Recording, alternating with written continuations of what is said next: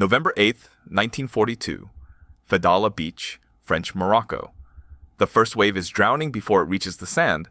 British-designed landing craft slam bow first into the surf, and 36 men per boat must climb over gunwales into chest-deep water, while Vichy machine guns walk tracers across the foam, rifles jammed with seawater, radio sets dead before transmission.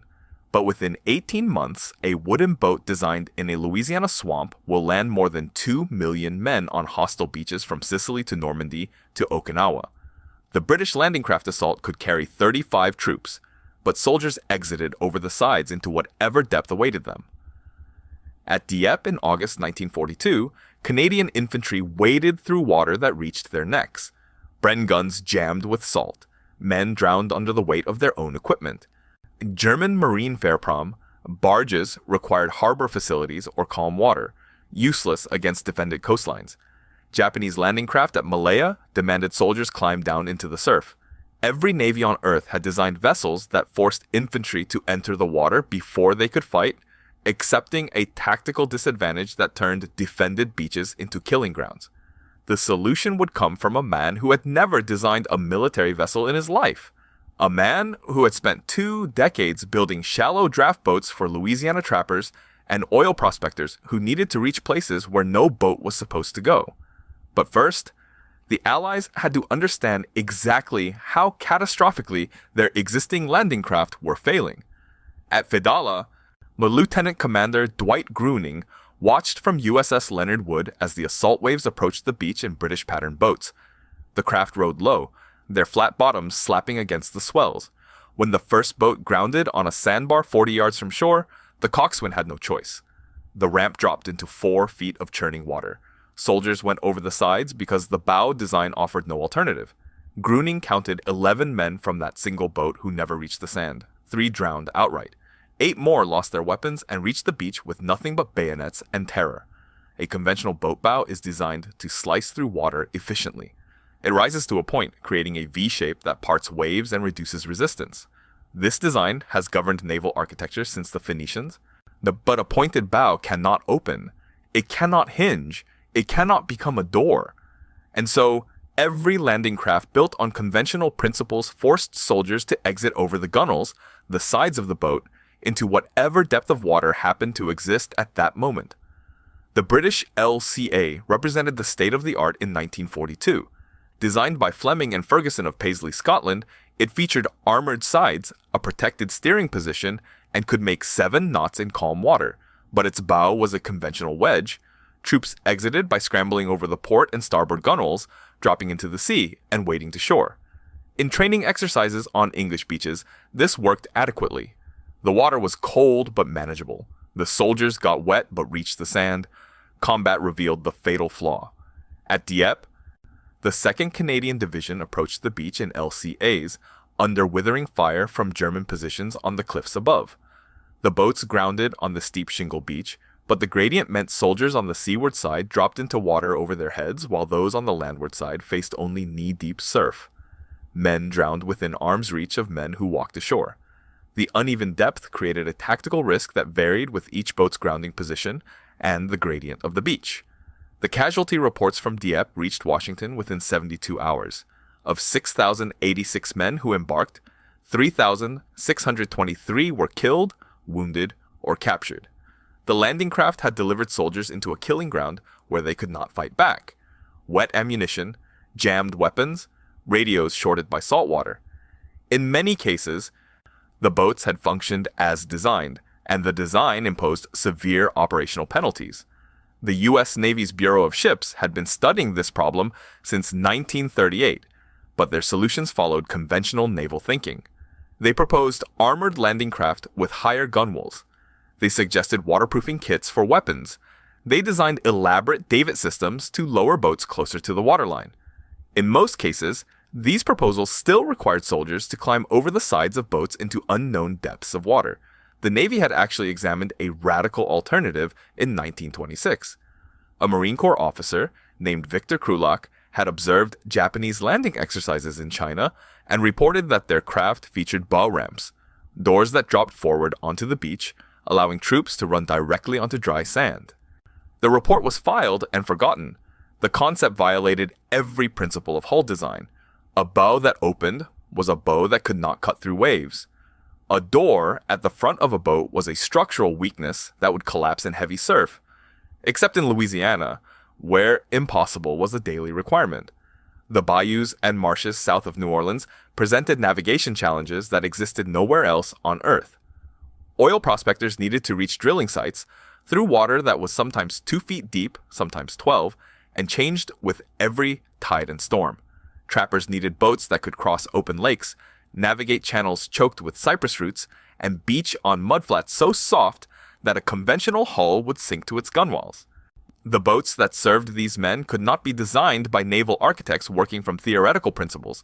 They had to be built by someone who understood that water was not a uniform medium, that the last 50 feet of any journey might be the most treacherous. Andrew Jackson Higgins had been building such boats since 1922. His Eureka model featured a shallow draft, a protected propeller, and a spoonbill bow that could ride up onto mudflats and reverse off without damage. The boat was ugly by naval standards.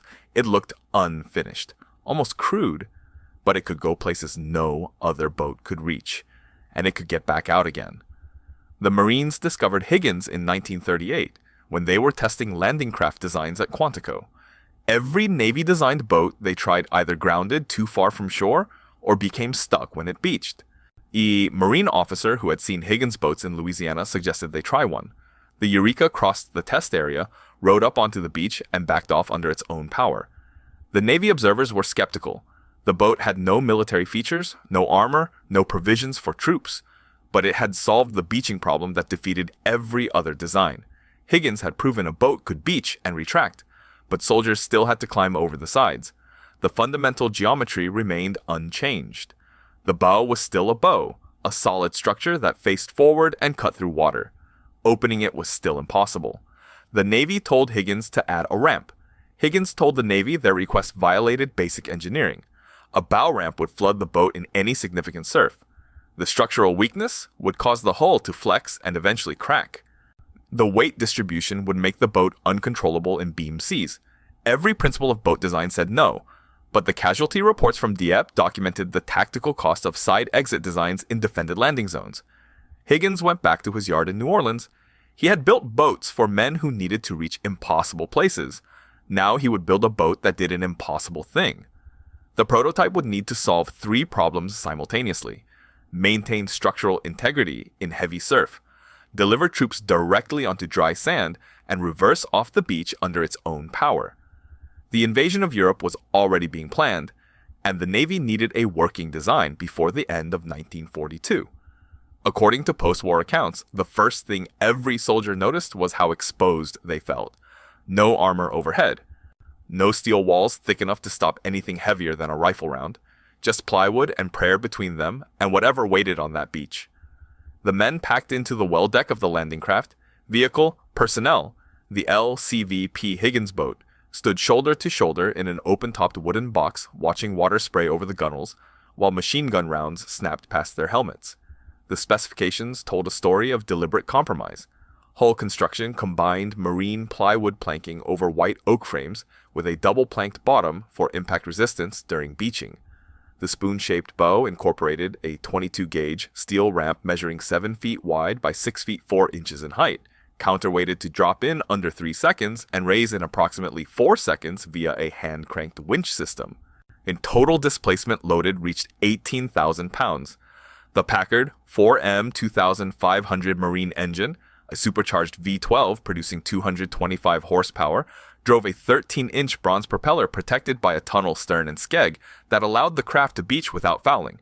Fuel consumption ran 11 gallons per hour at cruising speed, giving 5.5 hours of operational endurance.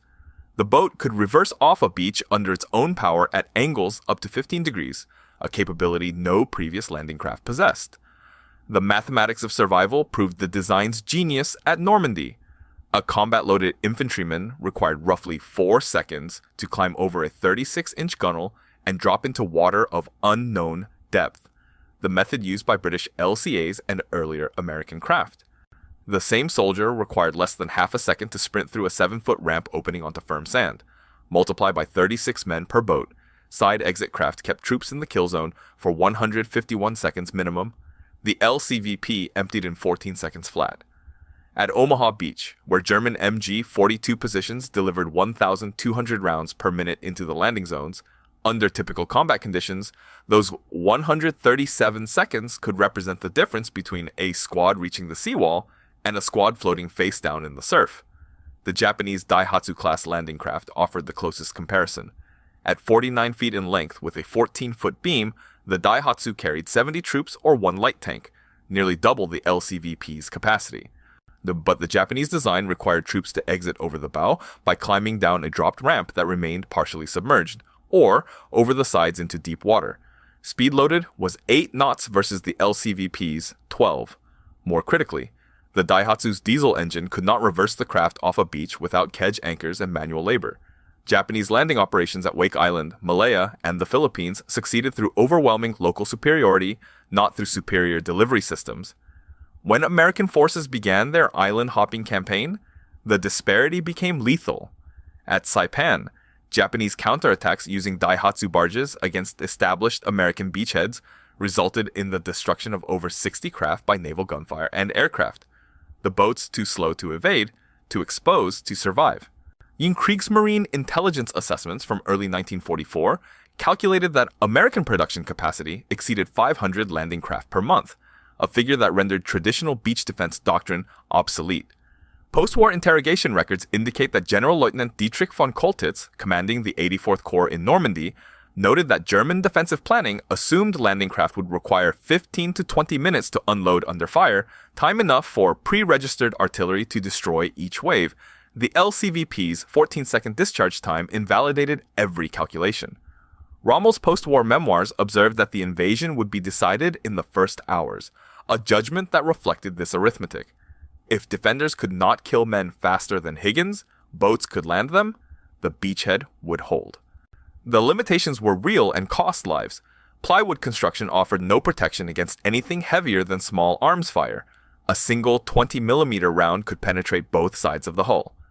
At Tarawa, LCVPs grounded on the reef 400 yards from shore, the 3-foot draft insufficient for the unexpectedly shallow lagoon, and Marines died in chest-deep water they should never have entered. The open well deck offered no protection from airburst artillery or mortar fire.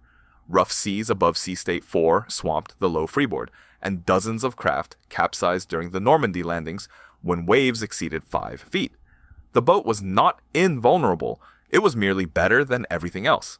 23,358 LCVPs entered service between 1942 and 1945. They delivered the first waves at Sicily, Salerno, Anzio, Normandy, southern France, Iwo Jima, and Okinawa.